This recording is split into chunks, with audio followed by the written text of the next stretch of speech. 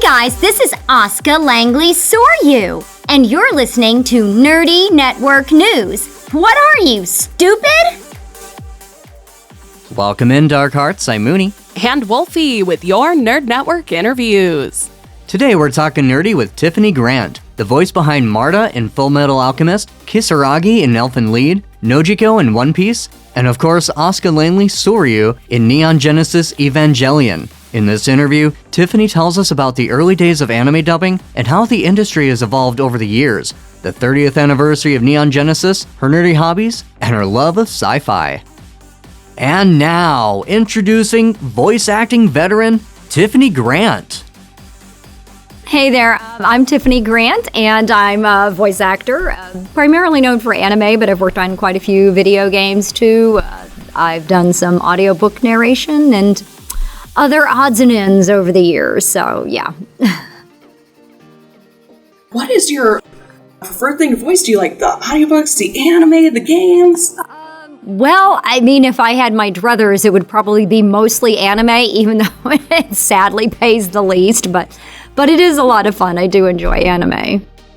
What makes anime more fun compared to the other voice work?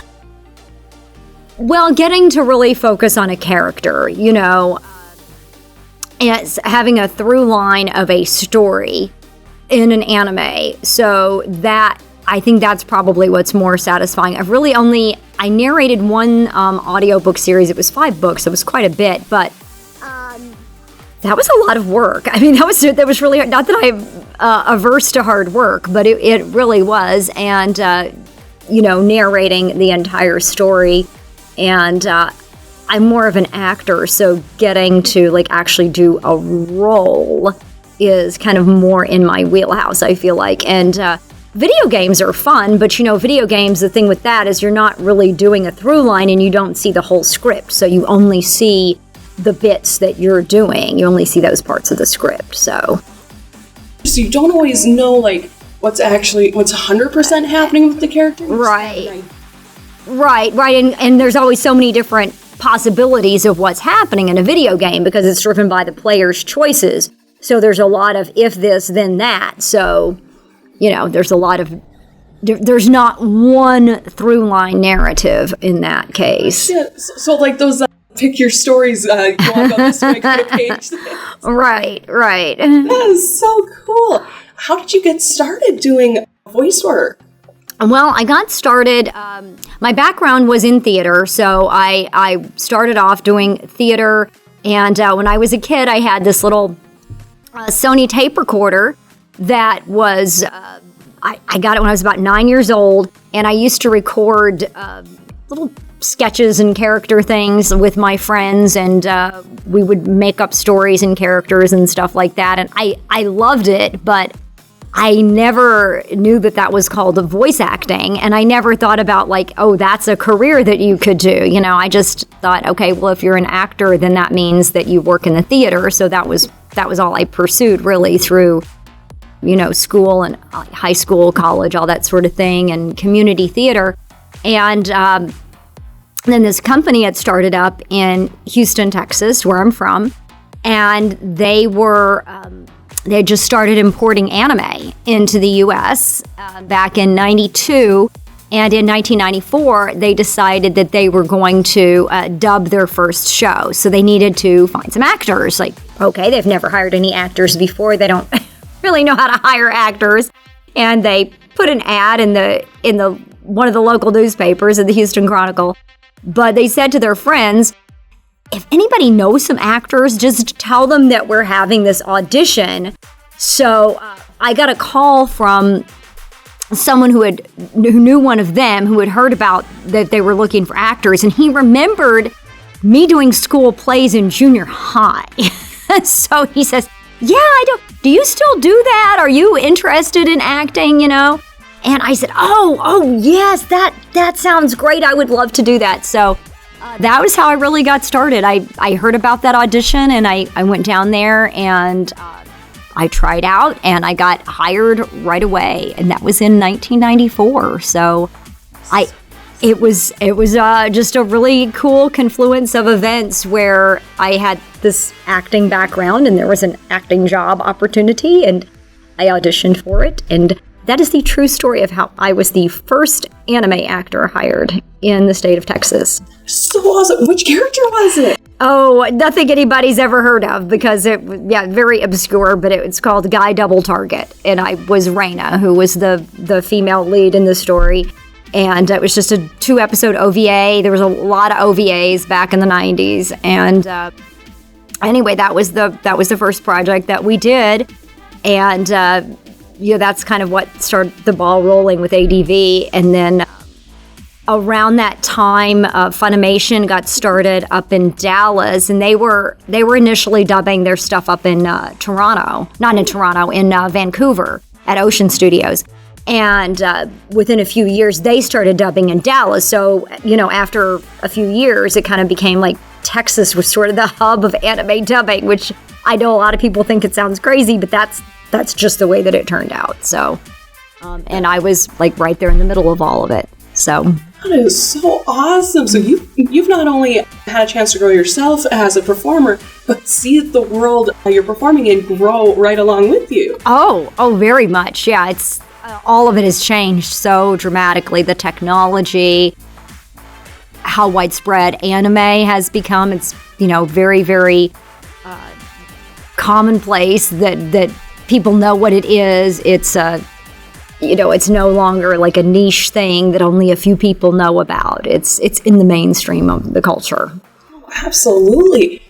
Fun question. What would you say is maybe one thing you miss about the early days and one thing that you're glad has advanced maybe tech or technique-wise in current dubbing? Okay. Well, something that I miss about the early days is that and probably it really was partly because of the technology back then, is it took longer to do a project.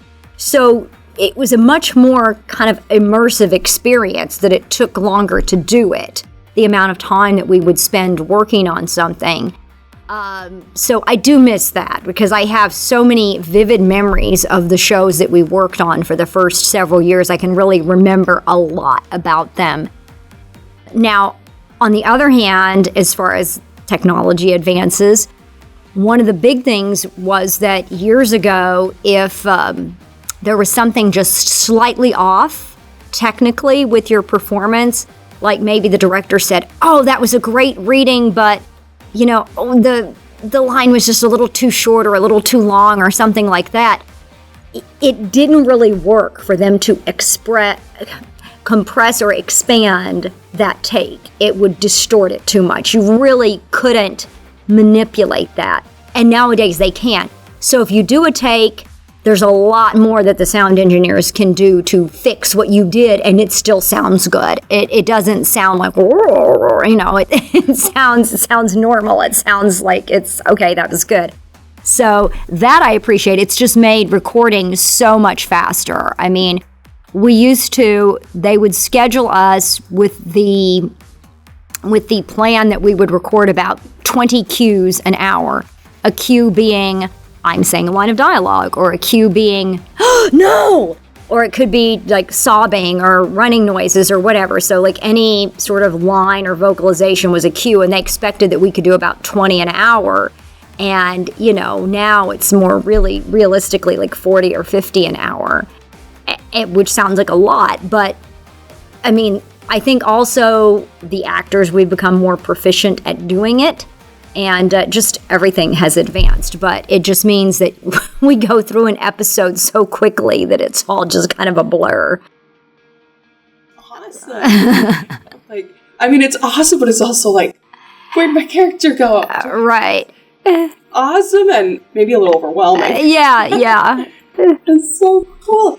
Gosh, you have a wide range of characters, so this might be a couple fun questions for you. What is your favorite character alignment to play? If you know D&D terms, otherwise I can help you out a bit. Oh, I tried playing D&D once before nearly everyone watching this was born. So I think it was super huge. I mean, not that it isn't now, but gosh, in the mid 80s, it was unbelievably popular. Like every person I knew was playing D&D. And I did try it a little bit, but no, I don't. Yeah, I don't know. I never took off with that. So then to get it out of D&D terms, so when you're voicing a character, whether they're good or evil, or they follow the rules, or they're a rule breaker, maybe they're mischievous, so what character type is most fun? Oh my goodness.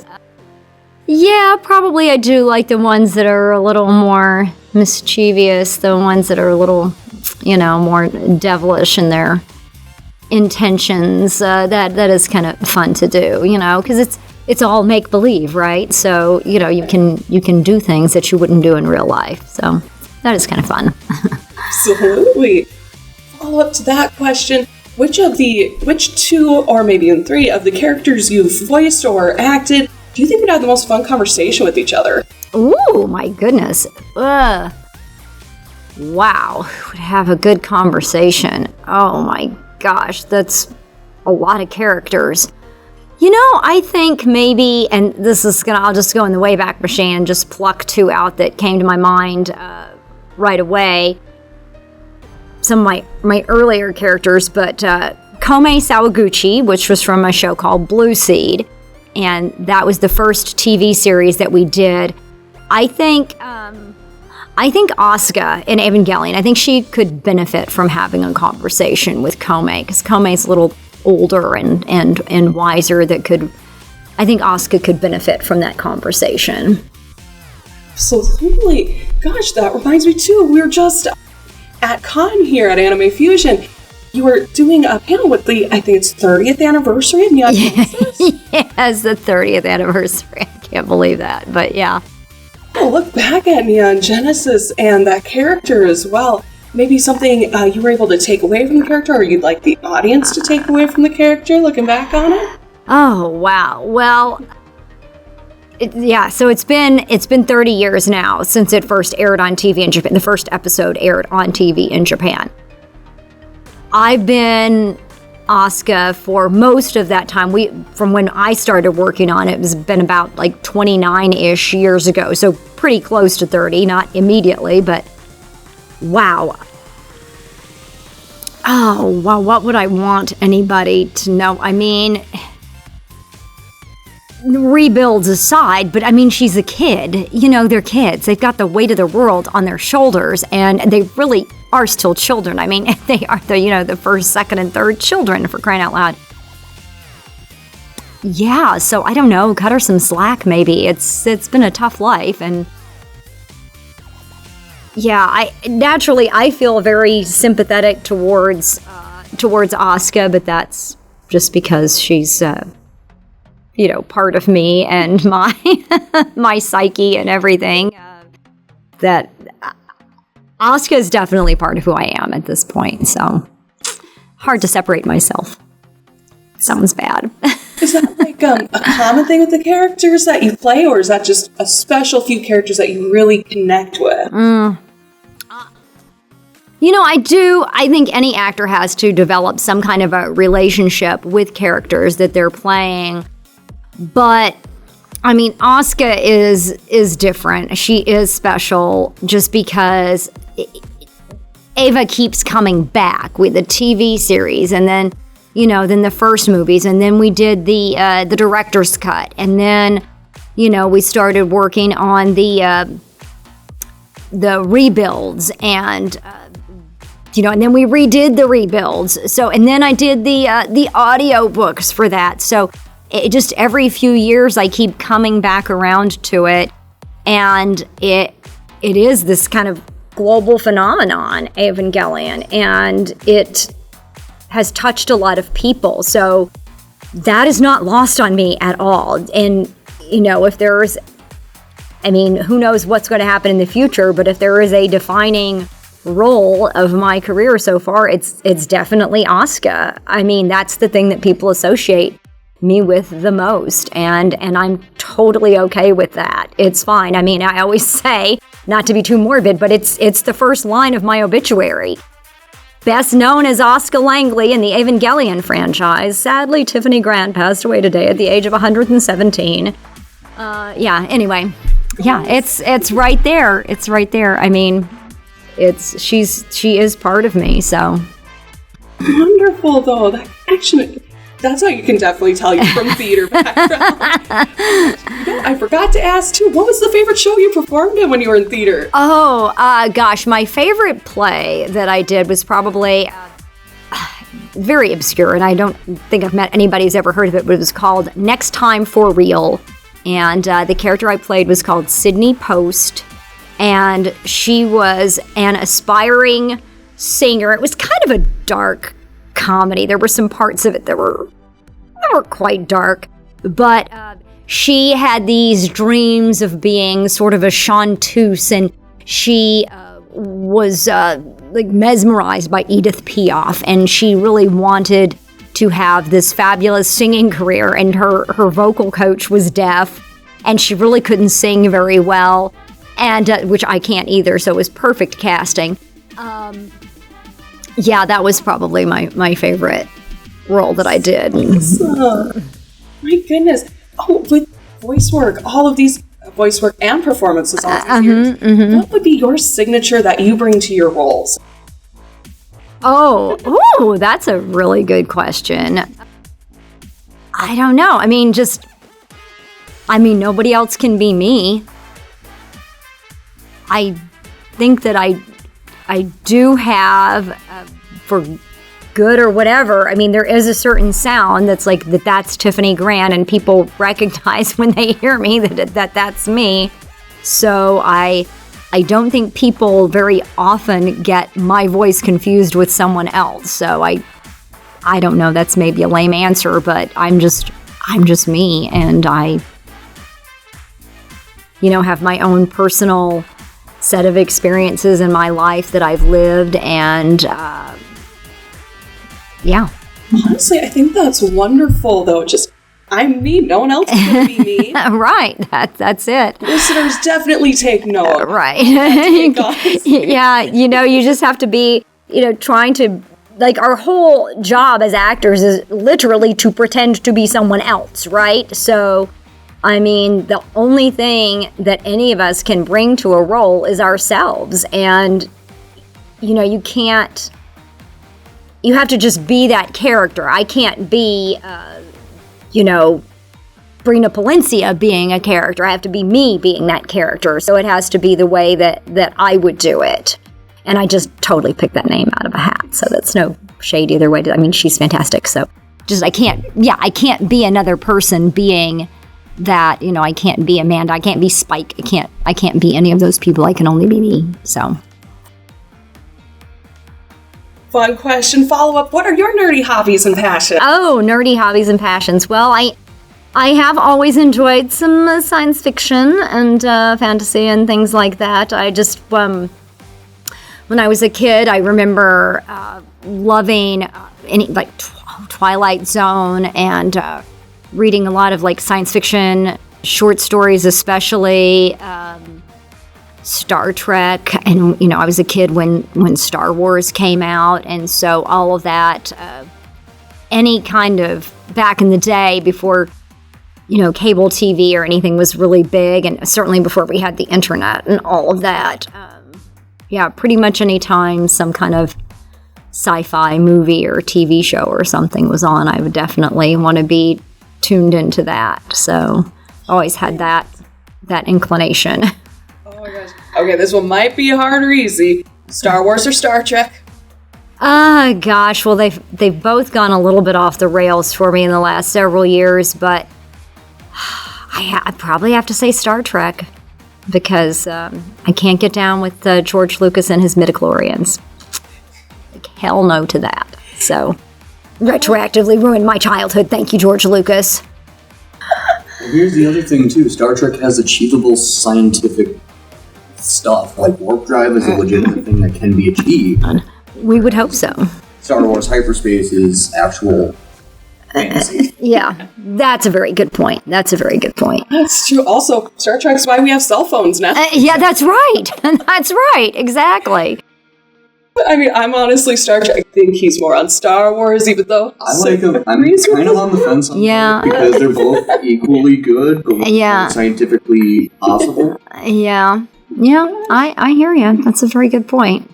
absolutely love it. Oh gosh, if you could write a science fiction novel, book, show, what would kind of be your tropes or your take on the sci-fi genre? Oh. Oh, wow. I've genuinely never given that any thought. Wow. I think, along the lines of Star Trek, I would like to have more of a hopeful view towards the future of what's possible with technological advancements, for medical purposes, that things that could be done to help people live better lives, longer, healthier lives. And just the spirit of cooperation, and maybe that technology could help us do things that would make our future better, like, pollution and protecting our planet and things like that. And maybe even eliminating some jobs that are more like drudgery that people don't like, that we have to do, but that nobody really wants to do. So I guess that's kind of what I would think of. It's kind of like a technological utopia. Yeah, I guess so. But I mean, still with green spaces. I mean, I'm looking out the windows here at the beautiful changing leaves on the trees, and yeah, just, preserving like the land and the air and the water and things that we have that we all need. Love it. Mm-hmm. So that could be such a fun story too, whether you tell it from how it was built or how everyone works together and is able to coexist. Right. It does sound like a fun take. I like it. Oh gosh. Oh, speaking of takes, okay, one more Neon Genesis question. Okay. What is your hot take and or controversial take from the series? Like, stir up a little bit of drama here. Oh my goodness gracious. You're going to put me on the spot. Okay. Well, a thing that I said yesterday at the Evangelion panel is stop shipping them, okay? Stop it. No Asuka and Shinji. You just have to get over that. That drives me nuts. No. I know people are going to do it anyway, but no. Any upcoming works for your fans to look forward to? There is a project that I recently worked on, actually with Spike and Amanda, and it's a motion comic series. We just did the first episode, and the series is called Bubble Gumshoes, and it's really a cute. It's actually a book, and the motion comics are being done to promote the actual physical books that people can buy and read. Anyway, Bubble Gumshoes. So that is something that's coming up in the very near future, if it is not available already. So, yeah, and I do anticipate that in the very near future, I'm going to be working, continuing the Girls in Panzer film series. We've done so far 3 of the 6 movies, so I believe that the 4th one would be coming up pretty soon. That is awesome. Then let's see. Oh, we are on what could be Anime Fusion's final year here. Mm-hmm. Do you have any parting words for Anime Fusion, or how does Anime Fusion stack up against other cons that you've been a guest for? And this is my first and possibly last Anime Fusion. So this is. They didn't ask me before, which is totally fine. I have lots of other people to choose from. But I'm very glad and I'm very honored that they did ask me to come to their last year, and I've had a really good time. It's been several years since I was in Minneapolis, and I'm very happy to be here and help them go out with a bang. I love it.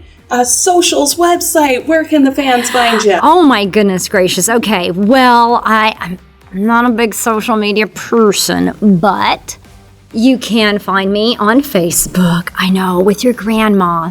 Whatever.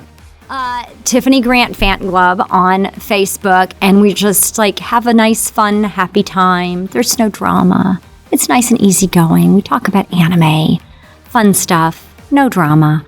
I am on YouTube. I do have a YouTube channel. And I'm on eBay. You can buy stuff from me on eBay, which is fun. Possibly. It's fun for me. I love selling stuff. So if you can't come and see me at a convention and you wanted to buy a signed print or a postcard or whatever, I have them on my eBay store. So that is where I am. I'm on Cameo. So I can wish your best friend a happy birthday or whatever, roast them. I love doing that. I love the roast. I didn't even know that was an option on there. Yeah. So fun. Yeah. Yes. Final words for your fans? Well, thanks everybody who has supported me and supported anime all of these years. You can find me actually at, believe it or not, tiffanygrant.com. And you can email me right there through the website. I will respond to your emails. So I'm just really honored and touched that people have supported me, supported Ava and anime in general for these last 30 plus years. And I'm just really happy to be here. And I will come to your con. If you want me to come to your con, you just have to invite me. I'm like a vampire. You just have to invite me into your con and I will show up. Except that I won't bite people. I mean, unless they really, really want me to. Awesome. Well, thank you so much for talking with us today, Tiffany. Thank you.